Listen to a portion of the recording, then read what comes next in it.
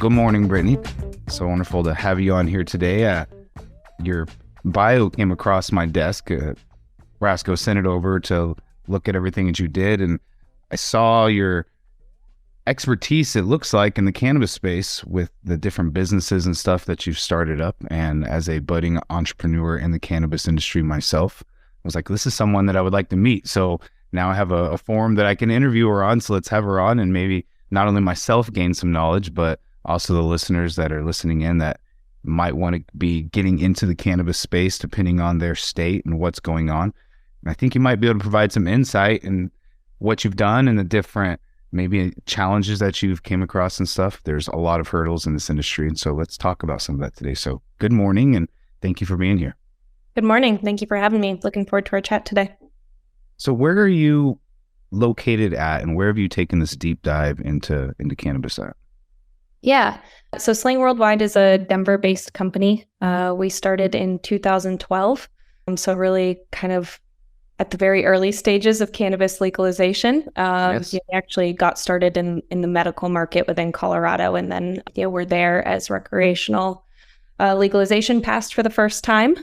So feel very fortunate to be with a company that's been a part of growing this industry over the last decade. I will be celebrating 9 years with the company here in August. Congratulations. So I've been with the company for a very long time. Started couple years out of college, and really kind of had the opportunity to come in and work really closely with some of the original founders. Today I'm the VP of marketing here at SLANG, and so I really play a heavy role in our brand and product development, regional marketing, and how we roll out and support our brands in the markets that we operate in, and then also our e-commerce efforts where we are able to sell to customers online, direct to consumer. Go ahead and talk about SLANG. What is that? Give a little shout out to your brand. What does SLANG do, and what do they provide, and where can people find them at? I'm assuming in Colorado, but maybe some other states, hopefully. Yep, definitely. Yeah, so SLANG is the parent company of 3 brands that you might be familiar with. The first is Open. So the company started as Open Vape back in 2012. And we were really kind of one of the first companies to put cannabis oil inside a vape pen. Open was one of the first, I remember. Yeah. So I think more than that, like the value proposition of the brand was that we wanted to be the brand that you could trust and stand behind, right? Like we wanted to bring cannabis out from behind the shadows. I think there was a lot of misinformation and propaganda around cannabis, and we really wanted a product that we would stand behind. And so how we did that was like we offered a lifetime warranty on our batteries. If your cartridge had any issues after you purchased it, we were going to stand behind that as long as it was within, a reasonable time period. You went back and let us know. We gave away the batteries a lot when you bought the cartridge, and we just tried to put a face to the name and really, educate consumers in store on this industry. So that's our largest brand, and the brand that is today in 12 markets that we operate within. Last year, we rolled out a edible line called Alchemy Naturals. These are all effect-based gummies that we sell on the THC and the CBD side. So we leverage minor cannabinoids and adaptogens, so herbs and mushrooms, to create a more effect-based experience for those products. And then the last brand in our portfolio is Series Collaborative. This is a Vermont-based retail operation. They were one of our longest licensed partners on the OPEN side. And when Vermont passed legislation to go adult use, I think back in 2020, we decided to merge the companies together to kind of allow the opportunity to succeed and grow the business even more within Vermont. So you've been there for 9 years, you said. Well, congratulations on that. That's a long time. I mean, being in this type of space for any extended period of time and doing well in it, it takes a lot of dedication. That's what a lot of people don't realize is a lot of people, they look at it as just a quick buck, I think, too many times. And there's a lot of people that found out the hard way in the beginning that wasn't the case. And so bravo to you guys for staying the course. And that really, gives a testimony to what you said in the beginning, the dedication of quality, wanted to bring cannabis from, behind a curtain, behind closed doors, let people know what it's about, remove the stigmatism. I love that. And that's probably why you guys have been able to do what you've been able to do, is that statement and that standing to quality and not being hidden about anything and being an open book and letting people question and then giving that education and that knowledge back so that way people can feel confident about the products that they're using. In your job in marketing and stuff, what has, how do I want to phrase this? How have you educated consumers over the years to continue removing that stigmatism, to get people to purchase cannabis more frequently, to get those new users, those new markets, and especially where we're at today? You know, you started in Colorado at the beginning of full rec adult use, which is one of the first states. So many states went adult use after Colorado and following their model and everything. What has been some of those initial hurdles, and then how did you conquer those and educate the consumers to help them get to where we're at today? Yeah. It's been an interesting and a fun challenge. And I'd say, one challenge that you experience too is like legalization of cannabis is happening at different paces throughout the country, right? So as we enter a new market, you might have to start kind of back to basics. But a couple like tools and frameworks that we've developed over the years that I think have been really helpful. And I think from our perspective, and I'll speak more to Open through this, is that we kind of want to be somewhere in the middle, right? Like we don't want to go full simplified, kind of like Dosis does with vaping.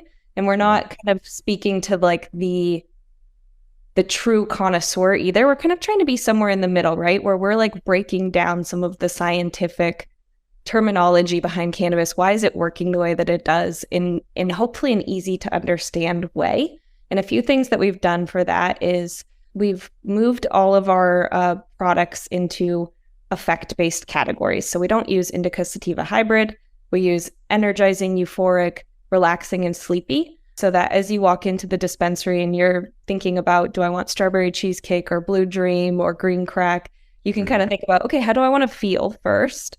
And then we start to educate the layer onto that is the types of terpenes and flavor profiles that you might expect from those type of effect-based categories. And we have a really nice graphic that we use that we can show customers either the bud tender can in store. If they're popping up at the store, we can kind of educate them and show kind of like, here are the terpenes that are commonly found in that product and what you might be able to expect so that you have a good understanding of how that product is going to be experienced.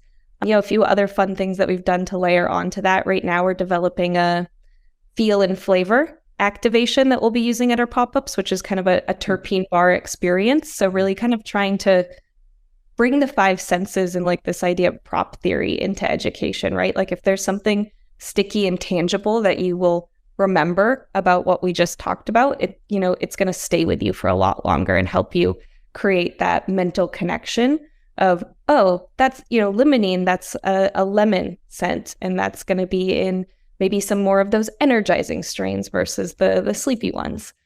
Other things that we use, like when we first started, it was like, what are the benefits of vaping? Why would you decide to vape versus like any other type of consumption? And like, what are kind of 5 easy things that you might remember about that?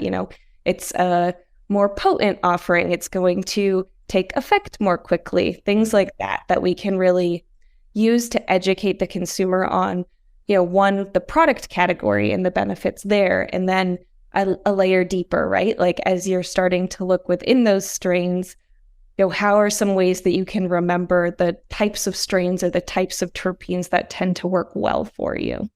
So that's really been our approach, is like, how can we create educational pieces of marketing material that we can, socialize and share with our customers to help them understand the value of the product category that they're exploring. And then within that, like what type of effect are they looking for and how can they get that more consistently and in a repeatable way?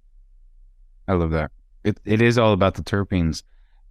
I have a question on that. Have you, in a lot of markets in the beginning, it was more about THC percentage. We've seen that in so many markets. I live out in Las Vegas currently.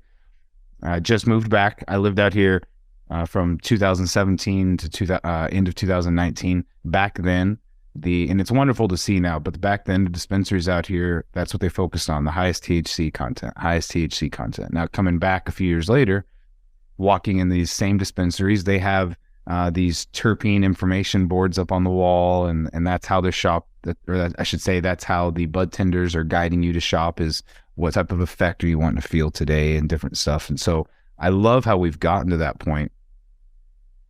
But it seems like we saw the same trend. Are we still seeing that? Is that still the same thing that we're battling in these new markets that pop up, that trying to get consumers to switch over is, hey, it doesn't matter how high the THC content is, it matters about other things in the plant?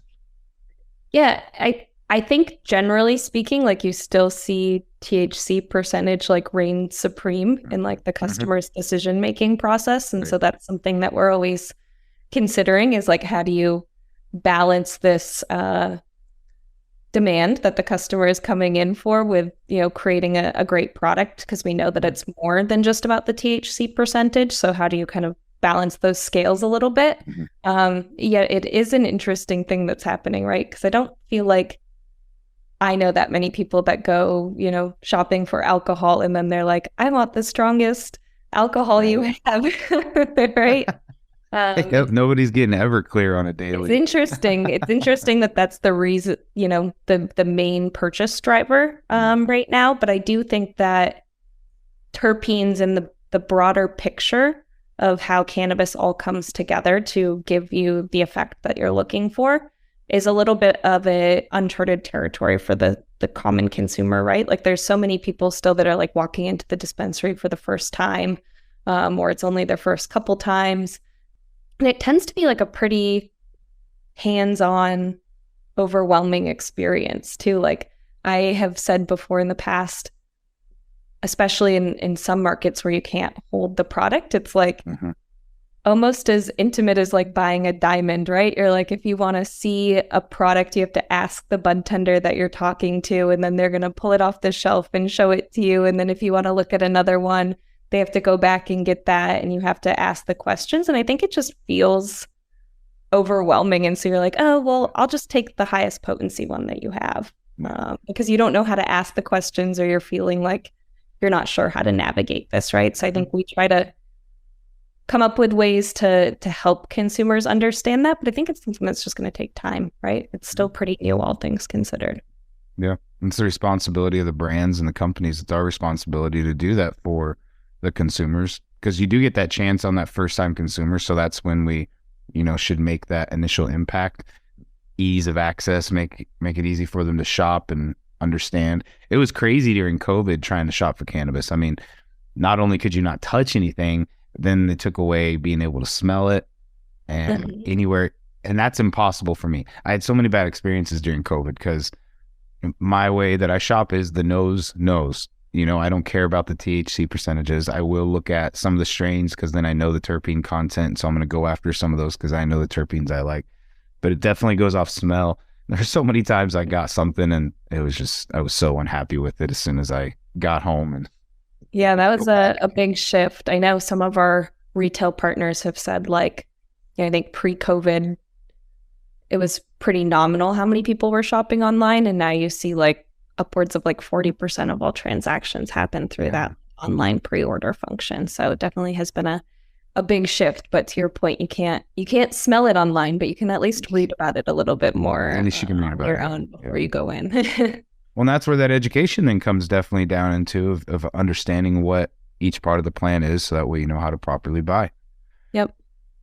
You've started up, so I know you SLANG, and then there's the 3 companies underneath that, but is there other brands that you've helped start up in your time in these last 9 years? Yeah. When I first started at the company, there was a few different founders that had come together to kind of bootstrap the growth, and some of them had, other brands that they were focused on, or over the years through partnership, other brands came into play. I think at one point the company had 6 different brands within our portfolio, but as you're maybe seeing, like, we decided about 1.5 years ago that we were going to really focus on the highest value products within our portfolio. I think there was a little bit of shiny object syndrome that started to happen. And so we have kind of rationalized some of those brands out of the portfolio over time to really focus on the highest value and highest opportunity, and how can we do the best job with, kind of the best ingredients that we have within our quiver.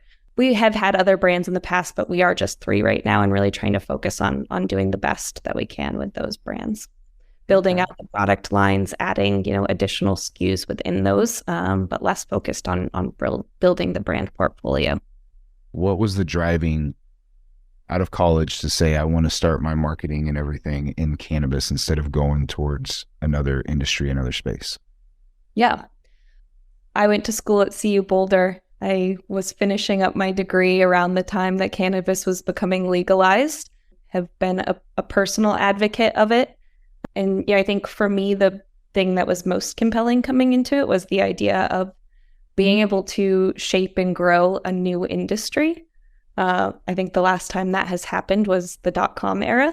So I think the idea of like a brand new category and being able to be on the forefront of building that, for my kind of entrepreneurial spirit and itch, that was really interesting. The other piece that's really kept me motivated and excited to be a part of this industry over the last decade has been, outside of just the recreational benefits or value of cannabis and having it be a substitution to alcohol, I've really seen the wellness and medicinal benefits of this plant. And that is really motivating to me. Like, I feel like what I do at the end of the day, even though SLANG is definitely in that adult use general wellness category, being able to see when we first started, there was a lot of cannabis refugee families that were moving to Colorado. You were donating cannabis oil to some of those families of children who were suffering from severe forms of epilepsy, and to be able to see those videos of them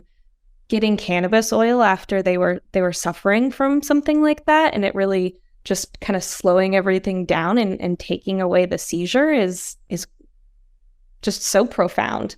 And there's stories within that vein through a lot of different angles that people have had value and benefit from cannabis. So I think, to me, the idea that we're doing something good at the end of the day, and that there is like a greater purpose for humanity around cannabis, has been incrementally motivating to be in the industry for so long.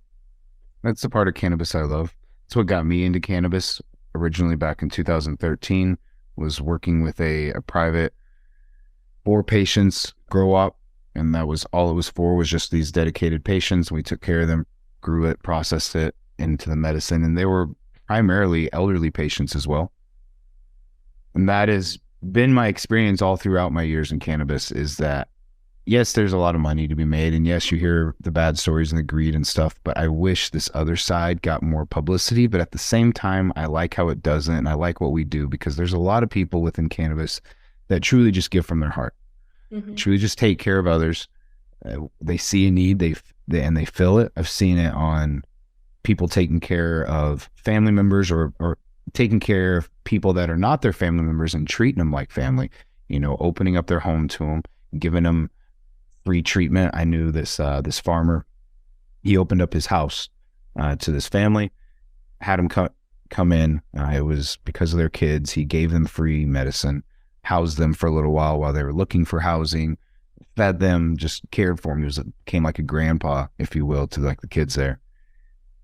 And I've seen other people, business owners, founders of businesses, CEOs. I've seen this even today here recently, and within this last year, of a company that uprooted from California out to Florida, and they paid for all of the moving expenses for 50 of their employees and their families, helped them get into housing and everything, straight out of the owner's pockets, not even out, yes, people be like, well, the company did that. Yeah, but it came out of the owners as well, And seeing that type of stuff back in the beginning, people forget about that, but there was a lot of people uprooting their families to move to states such as Colorado specifically, or Washington, or out to there wasn't a lot of people moving to California because it's so expensive to live out in California, but still there were people doing that for cannabis, most of the time for their kids. I had Senator Sharif Street on the show the other day, and it was very encouraging to hear that's why Pennsylvania went legal, is because that is the only thing that works for epileptic seizures is cannabis oil. And so they recognize that, like, all right, there's a lot of kids, primarily kids, suffering out here. That's something that hits very close to home with me. I have friends that have experienced that, and it's amazing to see the benefits that cannabis oil can do. And I wish we could just amplify the medical benefits more, Yeah, 100%. It's great to see, though, that there is finally research and studies being done on it. And I think, to your point, like particularly the people who have been in this industry for a long time, there's a lot of passion and a lot of, wanting to share the value of what the plant holds with the people who need it most. So I think the community is doing what it can to take care of each other. Yeah. Now, are you just based in Colorado? You mentioned Vermont earlier. Have you helped in any other states with either legalization or companies starting up and helping their efforts? Yeah. So we own our operations in Colorado. And then, like I mentioned, our partner in Vermont has been one of our long-standing partners. And when legalization passed in the state, we decided to acquire them. So I do help and actively oversee our marketing efforts in that state. So that's a retail operation, and then our brands Open and Alchemy Naturals are there, as well as we support a lot of local brands on the shelf. That was an exciting project. I got to help with the build out of the store, help contribute to just helping Vermonters celebrate and enjoy adult use cannabis. We just had our first 420 adult use there, so that's been a fun market. We're also in 12 other states where cannabis is legal. So how that works in those states is through a licensing agreement. So they license the rights to our brand, and then we help support them from a sales and marketing perspective. Let's talk about some certain things while we still have some time. You spoke on something there. You spoke about being able to use your license or your brand in other states and how that's done. Can you speak to some of if there's any challenges to that, or kind of the go around for people? Because that's one of the challenges that we face right now. If you're in the cannabis industry, a lot of times it almost feels like you're tied to one state, unless you know the ways around to start branching out. And there's many people that do want to branch out of these amazing brands. How can they branch out? How can they get their product and keep that same dedication to quality, but branch out into other states? Yeah. There's a lot of different ways you can come at entering additional markets. And I think all of them have their pros and cons. One of the tactics that we've taken has been licensing. I think the added value there is the ability to enter new markets in a more capital light manner. We don't have to buy a license. We don't have to set up a facility, right? We're going through a partner for that. The ability to enter those markets maybe a little bit more quickly than you would be if you were setting up operations. I think some of the challenges are it's another layer, right? So right now we're the manufacturer, we sell to the dispensaries who then sell to the end consumer. Through the licensing model, you're adding another layer, right? So we're the brand, and then we have our partner who's manufacturing our product, and we have to get it to the dispensary who has to get it to the end consumer. So I think it's just an additional layer of coordination that can cause things to be slower. Maybe something got missed in communication, and so I think being really strong communicators and having even more advanced planning than you would maybe need in other markets, so that your partner's bought in on either bringing on additional strains or doing a promotion that might work with them, and making sure that they can flex to the demand and the capacity volumes. Or as you're building your brand, right, like that partner is often probably manufacturing something else as well. So having that balance of ensuring that your brand gets the priority and the attention that you're hoping for in that market. And I think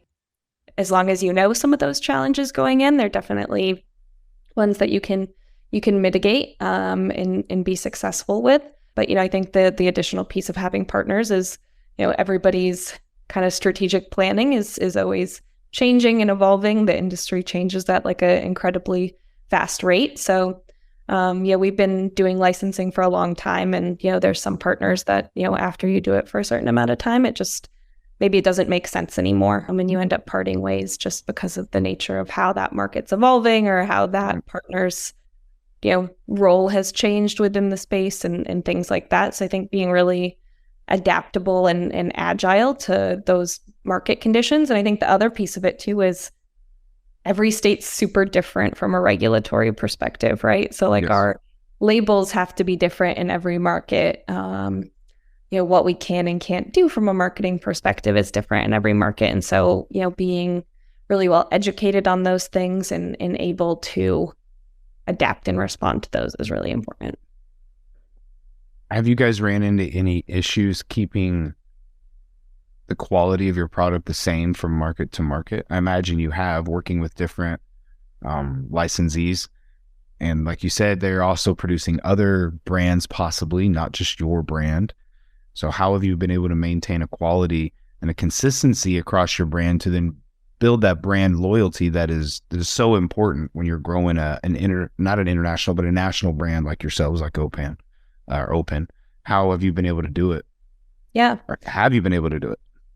Yeah, I think there's certain products that we've been really successful with it in, and some where we've been less successful, and we take those learnings and try to grow and adapt from there. I think a couple things that we do for sure that helps with that consistency is that we require the same hardware to be used across all of the markets that we're in, right? So that we know that the performance and the puff that you get out of that cartridge remains the same.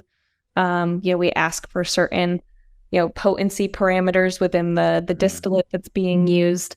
And then on our daily strains line, those are botanically derived terpenes. So we send our licensee the terpene formulations. Yep. We also have cannabis derived terpene products as well. And that's where it gets like a little bit more difficult, right? Because your partner might not grow or have access to the same strain. And, frankly, a Blue Dream grown in Colorado versus a Blue Dream grown in Pennsylvania is going to taste completely different characteristics anyways. There's no requirements or framework around how to grow cannabis consistently quite yet.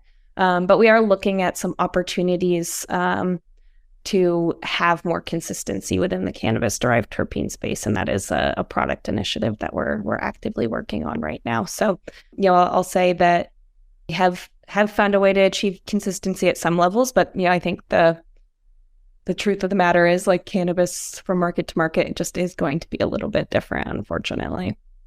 I ran into that same thing. With one of our products, with the Standard by Black Market, our hemp company, we use cannabis and hemp derived terps for the flavoring. We don't use any botanicals yet. We've only ever used cannabis and hemp derived, which has made us a little bit special in this space, just because most everybody else use botanical. But that is the challenge.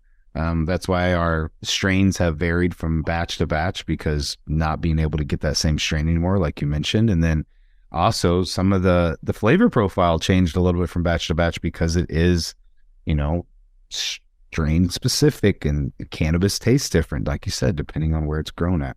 I think that's what's special about inhalables is a more challenging category. I think within edibles, it's a little bit easier to have a more consistent product, right? Because the ingredients and the flavor that you're going after. Well, most of the time people don't want their edibles tasting super dank, so I have found the best, if you can do a good full infusion, accurately dosed, giving still people a broad spectrum while giving them what they want, and making it taste good and not stick to their teeth, and all those different things. And that's what got me into cannabis in the first place, was edibles, just because I didn't like where edibles have came a long way now, such a long way. There's people out there doing amazing things, way better than I ever did. But what got me in originally was I just was not happy with what was out there and wanted a better quality product. And I love it that that's why a lot of people that are still in it today got into it originally, is because they had a good connection with it, right? Whether that be personal or family member, just seeing the benefits of what it does. Mine was I had a personal connection with it and what it did for me. And then wanting to see it do something better and helping it grow. And so that's why I wanted to have yourself on. I'm sure that there's been we've talked about a couple, just some hurdles and stuff along the way, but what are 3 keys to your success? Yeah, that's a great question. I'd say having an open mind and an entrepreneurial spirit is like key to anybody coming into this industry. Every time I interview people for a new role at our company, one of the big things I say is, why I love this job is that no 2 days are the same. But that's going to be cause for you to be really excited and also want to pull your hair out depending on the day. So I think the ability to have an open mind and have an entrepreneurial attitude on how do you adapt within the environment that you're in is so important. I think to build off that and through a marketing lens, like I think creativity is huge. This is a highly regulated industry that we're in. So the ability to market to consumers through channels that you might traditionally in other spaces is not really available. So I think having a creative approach to marketing and how you get in front of consumers is incredibly important. And then I think just having fun, right? Like at the end of the day, this is the cannabis industry where we're trying to add value in a positive way to people's lives. And I think having that mindset and mentality as you approach your work is like, how do you add value through what you're doing every day is really important to being successful here. Like we're trying to create a meaningful connection with consumers and through something that is, a little bit more part of their personal and recreational lives. Mm-hmm. So it's important to have that personal life yourself. There's you have a French Bulldog, correct? I do. Yeah. His name's Sumo. Sumo. I have a French Bulldog as well. Her name is Dior. I love her. She's only 6 months old though. So just new into owning a French Bulldog, but oh my God. Sumo's he's my COVID baby. Yes. Okay. We have a COVID baby as well of our other puppy, but she's totally the COVID baby. She's a healer, so by nature she's very shy, but COVID didn't help that at all with everybody wearing masks and social distancing and everything, and so trying to re-socialize her has been fun, but she's a sweetheart. But the Frenchies, oh my God, they just love everybody, and they're a whole bundle of personality. They're a whole bundle. Sure. So much fun. Thank you so much, Brittany, for being on here today and talking to us about some of your experiences and stuff in cannabis and some of the challenges, and then just giving us some hope there at the end. And it really comes down just to passion. I think that's been the key through cannabis and its success and why it's still here and why we have legalization and going recreational and adult use in so many places is passion. People being dedicated to it, people seeing it past just a recreational plant, seeing its medicinal power, and that's why it's been pushed through. Most states start medicinally and then they go rec. There's only been, I don't even think there was the one state. There was South Dakota, but then that came back really fast where they passed, medical and rec at the same time. And then the governor, she didn't like that. And so she vetoed that. But medical has always been true. And so I appreciate you guys' coming through and helping on that and maintaining that commitment to the quality there. And look forward to seeing what Open and what SLANG does here in the future. Yeah, I appreciate the time. Thank you so much. Thank you, Brittany. Have a wonderful day.